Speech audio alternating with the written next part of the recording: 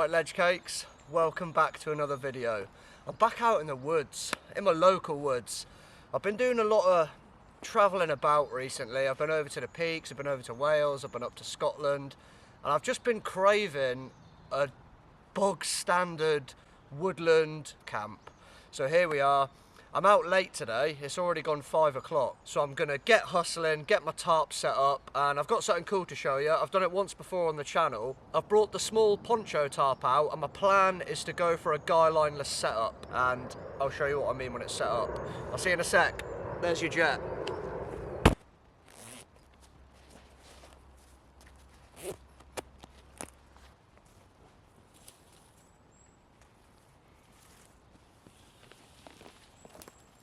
Going for a fairly low slung setup today with a trucker's hitch at this end. Pretty simple, you just make a loop in the line, go around the tree, back through the loop twice, and it will tension. So back through the loop once, there's the second one, and this is just my preferred method of setting up a ridge line. Each their own, there's a million ways you can do it, but I like the old trucker's hitch. On my ridge line I've got a few Prusik knots. The idea of these is they can slide along your line, but when there's tension put on them, they won't slide. Ah, the old reindeer pelt. Some people don't find them that comfy to sleep on, they need a bit more cushion, but I flipping love them. They can't fail on you, they can't get punctured and go down like every single airbed that I've ever used. And tarp of choice is the DD multicam poncho tarp. It weighs next to nothing, and that's how small it packs down. It's very small, and it is 2.5 meters by 1.4, which is, I'm pretty sure, quite a similar size to the issued Basher. It might even be a little bit smaller actually. For those of you that don't know about the channel or whatever, I do quite a lot of kayaking and canoeing, and I really fancied a poncho tarp mainly for that reason. If you're out on the boat and it starts hossing it down, you can just chuck this on. Same when you're hiking. Chuck it on, and then it also doubles up as your tarp, which means you don't have to bring a rain jacket and a tarp. Especially when I'm out on the kayak and I've really got to think about what I take, because I'm really limited on what I can carry. And this is what I look like with the tarp popped together as your poncho. Like Kenny from South Park. Bosh.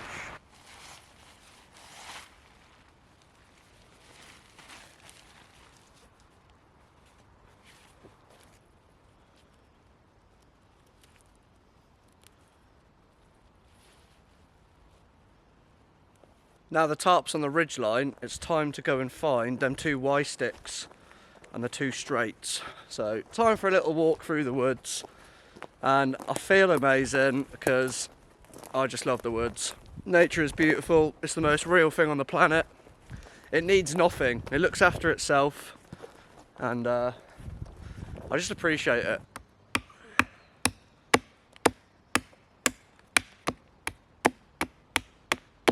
So, I've got my 2 straights, which are both cut to length. I've put a little V notch in them for the 2 ribbons to sit in, one at each end. And the centre ribbon on this tarp is smaller than the 2 others, so I can't get the piece of wood through that one. So I'm just going to work with each end, and fingers crossed, this goes according to plan. The last time I did this, I was using an oilskin tarp, but let's have a go. Well, that's this side done. All is looking well. You can see the little V notch in there, sitting on the Y. Same on the other end, sitting in the Y. There's your notch. I could chamfer these up and make it real bushcrafty, but let's just worry about getting the other side done first. And there you go. Just as the rain started coming down, I've managed to get it all sorted out.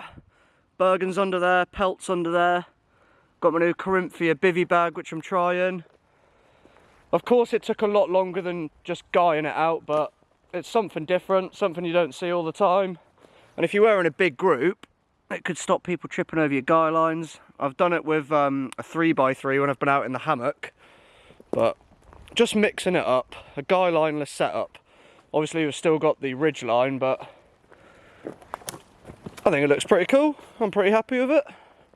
I should probably start looking for some dead wood to have a fire tonight because I've got a couple of jacket potatoes with bacon bits, spring onion, cheese, butter, beans.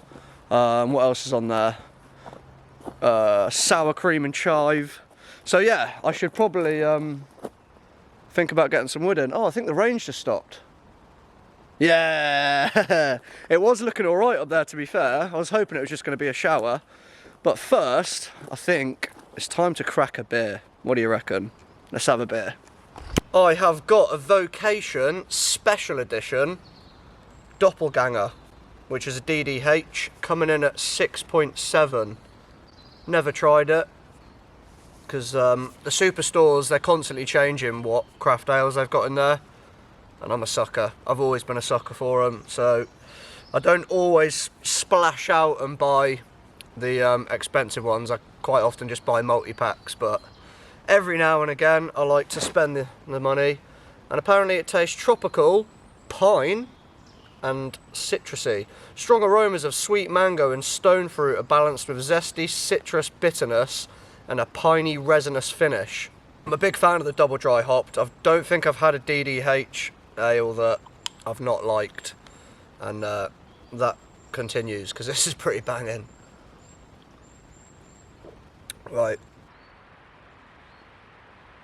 You know when you first get into something, like a new hobby, and it could be anything, it doesn't have to be bushcraft, but you can get sucked into wanting to buy like the Gucci kit, all the trendy stuff that a lot of people are using. I'm no different. I'm not saying it's a bad thing or anything. Pretty sure I've said this before. If you end up with one of these paraffin lanterns, which are really cool, they give a really nice glow in the evening, make sure you carry your paraffin in a separate container, because if you put it straight into here, it's going to leak all in your bag and it's going to stink, and I learnt the hard way. I just carry one of these metal water bottles. I mean, I probably could have picked a better colour, but yeah. And another little tip on top of that, rather than just half filling the tank, I just fill it to the brim, just because it can save your wick that way. If you run out of fuel, it messes up your wick basically and you need to change it. I just fill it to the brim, and if I don't use it all, I just decant it back into the bottle. Just another way to help maintain your lantern. And yeah, it's not sponsored or anything, I just really like the glow off of these. Really cool bits of kit. You've got to be careful obviously because it's glass, but you can get leather covers and little bags to put them in and stuff. But yeah, just a couple of tips if you didn't know. Beer number 2. Shout out our Uncle Hayes. Well, it looks to me like we've just found the bank. The bank of the woods. All this dead wood laying here, a lot of it not on the floor. A lot of it looks punky or a bit rotten, but there's some good stuff here that will split down nicely.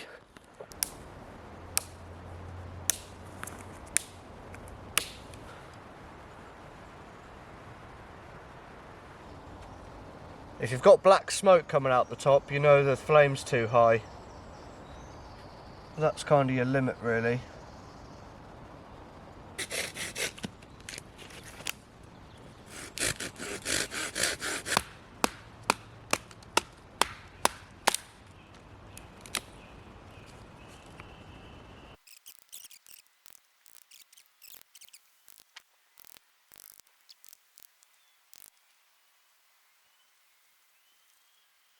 Bit of a smoky fire today, but that's because a lot of the small twigs are wet.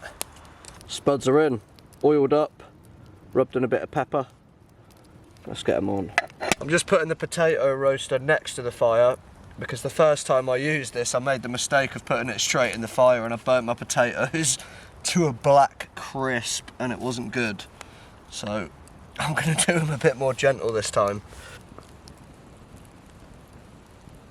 Even though it's windy and rainy, it's still pretty mild, so I'm not having a big fire. I'm just going to have this fire to cook these spuds, and then I'll burn whatever wood I've got left, which isn't a great deal to be honest. I'm just going to keep checking on them. They did need more heat than the side of the fire. I just overcompensated because I don't want these ones to burn. Well, it's a good job I've still got my head net in my Bergen from when I was up in Scotland, because it's official, lads and ladies, mosquitoes are out. And I've been bitten on the neck 3 times already. I've got my collar up, zipped up, but when I get in my bivvy bag, that head net's going on, I think. Potatoes are coming along. they need a little bit more time. I've sliced them in half just to speed up the cooking process, and I've kind of stacked them in a way that they're not directly touching the bottom, because that's what burnt the skins too quickly last time. I brought my wrought iron skillet out. You can see it's got all these crosshatch cuts, which makes it non-stick. It's still iron, but it's not cast iron. The difference between cast iron and wrought iron is cast is melted and then poured into a cast, and wrought iron is one piece of metal that's been worked. There you go. Loads of butter on there, load of cheese, spring onion, sour cream and chive, some beans. Let's go. Back in the setup. Got 2 more beers left, a Buxton Brewery Hatchet Session and a Monk Fruit Twist. Just gone 10. I know time doesn't matter and all that, and we shouldn't be slaves to time and stuff. I do try not to look at the time. Hey, what are you saying? Little sluggy. It's a flippin' sluggo, mate. What are you doing? Definitely rate that as a session. Pucker.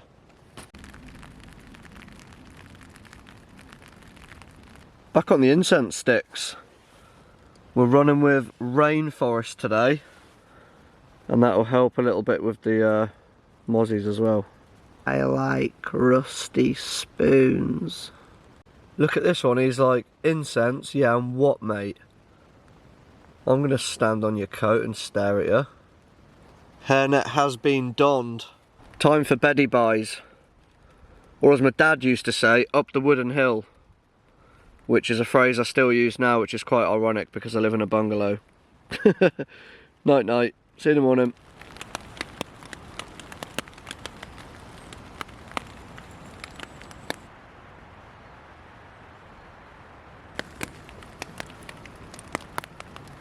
Yo, good morning.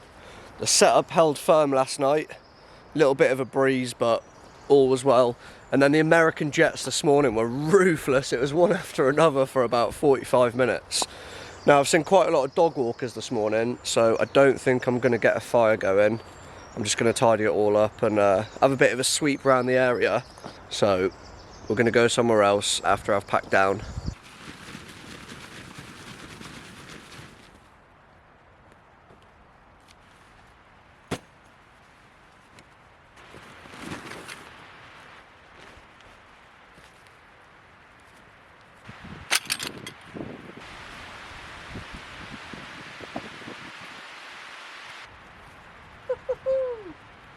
I think we're good. Look at that, mate. Tell you what, them Belgians don't mess about. Oh, right, back out, man. We're back out in the woods. Been on a mad mission today. I drove about an hour to go to the River Stour. My original plan was I was going to kayak camp in Cambridge, but it was smashing it down with rain. I sacked that off, and then I thought, oh, I'll go for a river camp, just not on the kayak. So I went to a place called Harkstead on the River Stour. It's near where the River Orwell and the River Stour meet. I thought it might have been a cool little spot, but it was so windy, like so windy. There is weather warnings, which I didn't know because I didn't look, because I don't, until I realised it was going to be in for the day. So anyway, I'm back in the woods. I've come back. I've got this new Belgian Army tent to give a whirl that I got from Go Army. I'm not normally a tent dweller. I much prefer tarps, if you didn't know, but yeah, let's give it a go. I'm actually really excited to use it, especially if it's going to be rainy and windy tonight. Still planning on having a fire. Going to cook up some Nando style chicken pittas. That's the plan anyway. I've got all the sauces, all the good stuff. We'll do some homemade chips as well in the billy can. Over to that, I've got a book to read. Let's camp. That sounded weird. Without further ado, don't know, whatevs.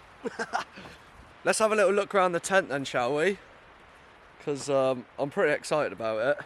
What's really cool as well is where you peg it out, they've got like stretchy bands, which I don't know why they've done that, but I like the idea and I'm here for it. So you've got your inner and your outer. You can see that metal bar going through the middle of it. Taller on one end than the other. This is your door end. You've only got one door. Turning the brightness up to go in. It's a 2-man tent, and you've got a little breathing window at the back there, just a bit of mesh just to let the airflow go through. And they don't touch, which is all thanks to this metal bar that I was talking about earlier, which hooks on your bivvy poles on each end, and it just keeps it lifted, keeps it off it all the way around. It doesn't touch at all, but I think it looks pretty darn good. Very quick to set up. I could peg it out a little bit better, to be honest, get some more of them creases out of there, but I'm really happy with it. I've got the door pinned back at the minute, but that just comes forward and pegs in next to that one. So you do have yourself a little porch. You could cook on your gas stove there, or you could sit in there with one door open and get the bush box on the go.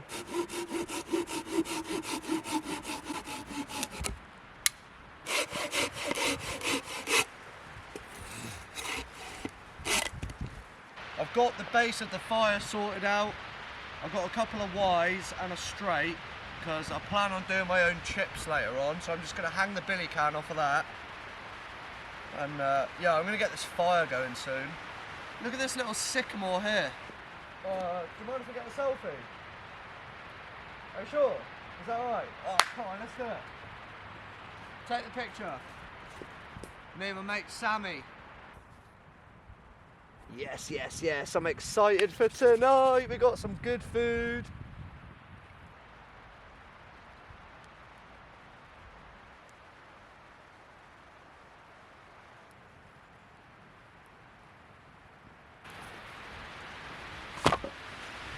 For cooking tonight then, I've got my 14cm billy can, I've got my wooden turned bowl, and wrought iron skillet. I can't remember what size this is though. Nothing better than doing homemade chips. The billy can's perfect for it, and you just need about, I don't know, 2 or 3 inches of sunflower oil in there. Get it nice and hot, and away you go. You just got to be careful of how much oil you put in there though. If you put too much in, it's going to rise and overflow, and you're going to have all sorts of dramas, and your fire's going to go up. I know because I've done it.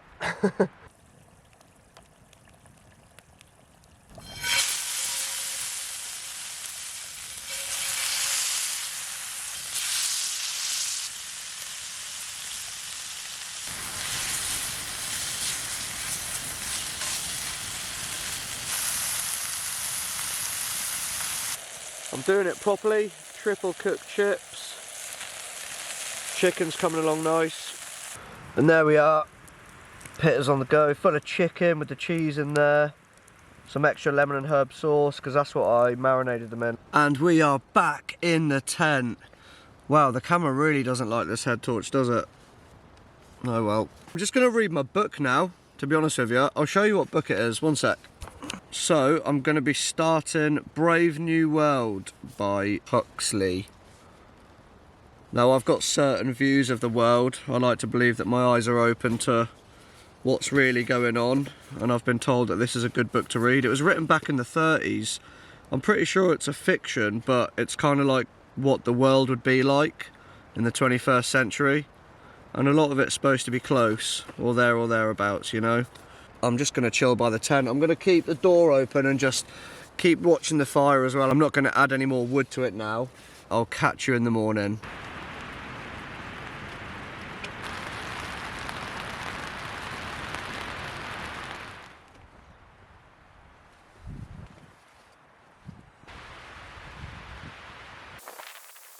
Right, let's go and do a little camouflage test. We'll walk back into the woods and just see what it looks like from afar. See if it really does blend in at all. I tell you what, that's not bad at all. There's a slight shine to it. It's there, if you can't see it.